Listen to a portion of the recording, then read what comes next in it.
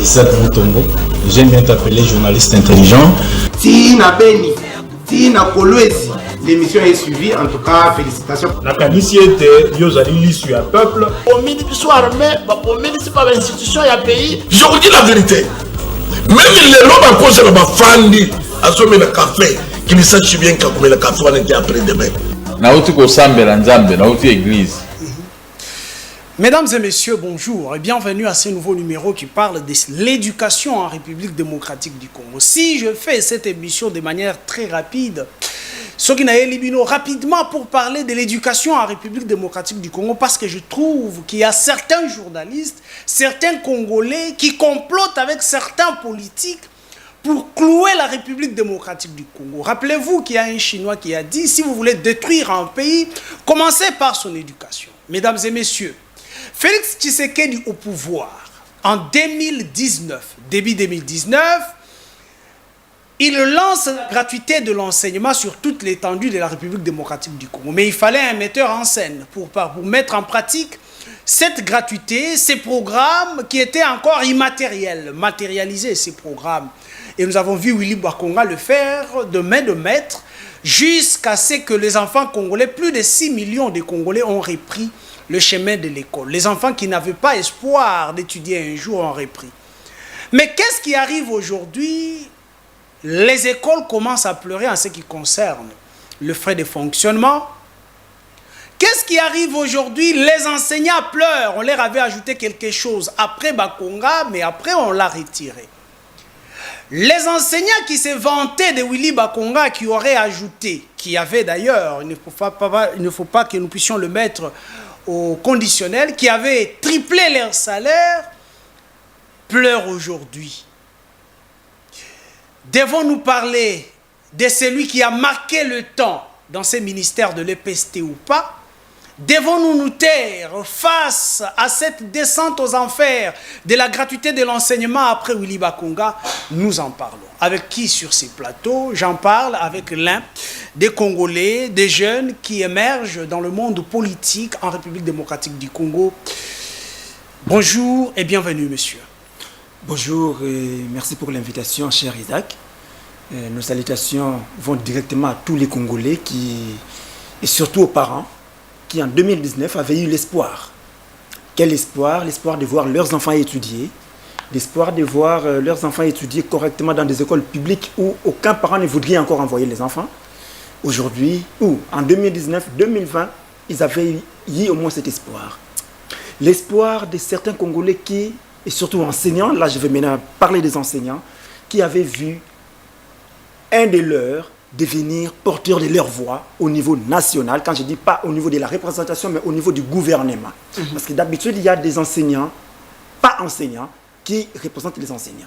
Qu'est-ce que je veux dire par là? Un professeur des universités, c'est un enseignant, mais son parcours, il fut d'abord un médecin, mécanicien, mais après des études, il devient professeur avec l'ordonnance présidentielle. Mais à ce moment-là, les enseignants avaient eu la chance d'avoir l'un de leurs, c'est-à-dire il a été enseignant à l'école secondaire, je cite bien, je commence par l'école Massamba, où il a été surnommé d'ailleurs Monsieur Propre. Il quitte Massamba pour Dialanda, Georges Simenon pour devenir lui-même promoteur des écoles depuis 2001. 25 ans d'expérience comme promoteur et beaucoup d'autres années comme enseignant debout. Pas assis, debout, et aussi préfet des écoles. Donc il a, pas seulement préfet, mais aussi promoteur des écoles qui émergent bien et qui évoluent bien. Je dirais qu'il a gravi tous les échelons pour arriver au poste du ministre de l'enseignement. Donc il connaissait bien les soucis des enseignants. Et sur ce, en arrivant là, il a, dans un premier temps, travaillé pour les enseignants.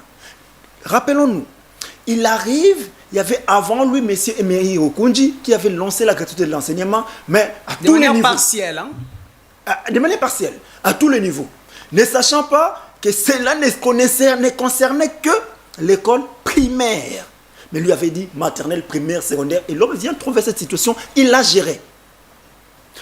Même les humanités qui n'étaient pas concernées, il l'a gérée.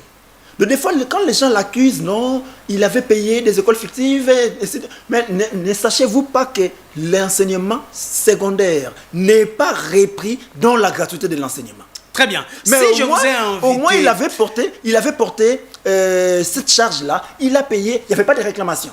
Très bien. Et j'insiste encore sur les frais de fonctionnement des écoles.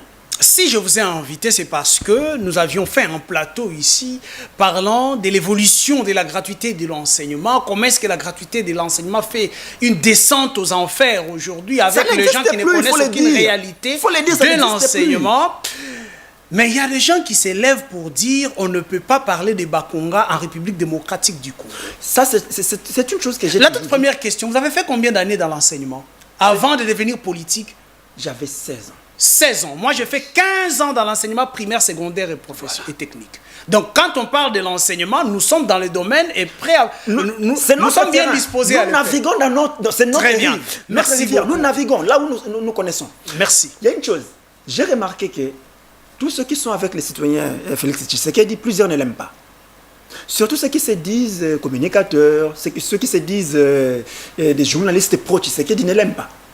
Dans quel sens? Si il a réussi à se faire élire en 2023, la première chose, il présentait aux Congolais, consolidons les acquis. Et si vous lui posez la question, quels sont les acquis qu'il fallait consolider, il disait la gratuité de l'enseignement. Mais s'il faut prendre celui qui a porté cette gratuité pour qu'elle vive, c'était cet homme de Willy Bakonga. Il part en 2021. Ceux qui l'ont succédé n'ont pas mieux fait que lui. Je vais retracer les choses. Allez-y. Il arrive, on avait les problèmes de NI, NP et les pays. C'est-à-dire, d'abord, quand on t'engage... Les nouvelles unités et les non-payés. Tu as d'abord la casquette des nouvelles unités. Après la casquette des nouvelles unités, tu deviendras un non-payé. Après non-payé, tu es payé. Maintenant, rentrons, si vous regardez les payés, et surtout dans des provinces partout à Kinshasa, c'était des vieux papas. Plusieurs parents ne voudraient plus mettre leurs enfants dans des écoles publiques. Pourquoi? Parce que, ah non, là, il y a beaucoup de vieux. Les vieux ils ne suivent plus les enfants parce qu'ils sont fatigués. Tous ces jeunes étaient soit NI, soit non payés. NI, tu n'as pas de matricule. Il faut attendre encore les numéros matricules. Il faut attendre encore que tu sois non payé pour que tu sois mécanisé, soit être payé. Il est venu, il y a plus de 55 000 NI, j'ai dit, qui ont été payés.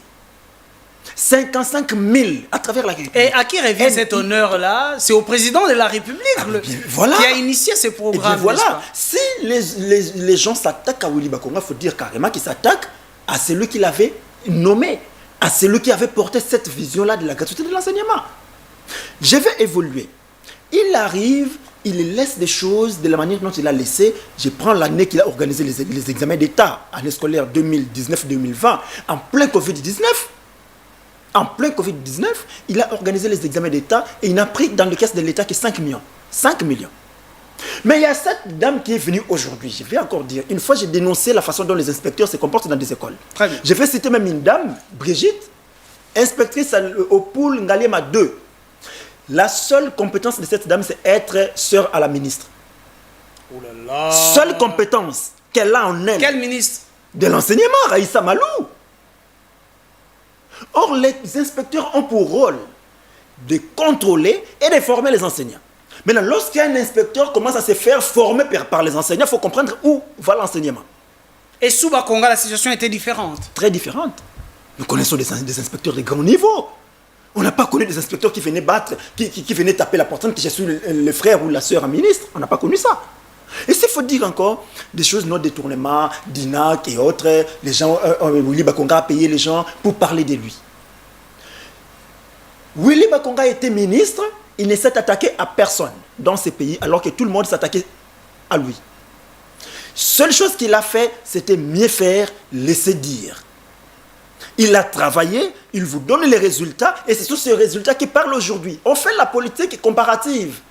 Qu'est-ce qui se passe? On prend EPST sous Willy Bakonga, on prend EPST sous Mouaba et Raïssa Malou, on dit que ces gens ont échoué. Et on doit avoir le courage de les dire. Il a réussi, lui, puisque pendant des périodes difficiles, sous des tensions, des attaques, et quand je dis tension, vous avez connu la période FCC Cash, rien n'allait. Rien n'allait. Tout le monde disait que FCC bloque. Mais au moins, il a réussi à faire ce que pendant l'union sacrée, personne n'arrive à faire. Alors on doit l'applaudir.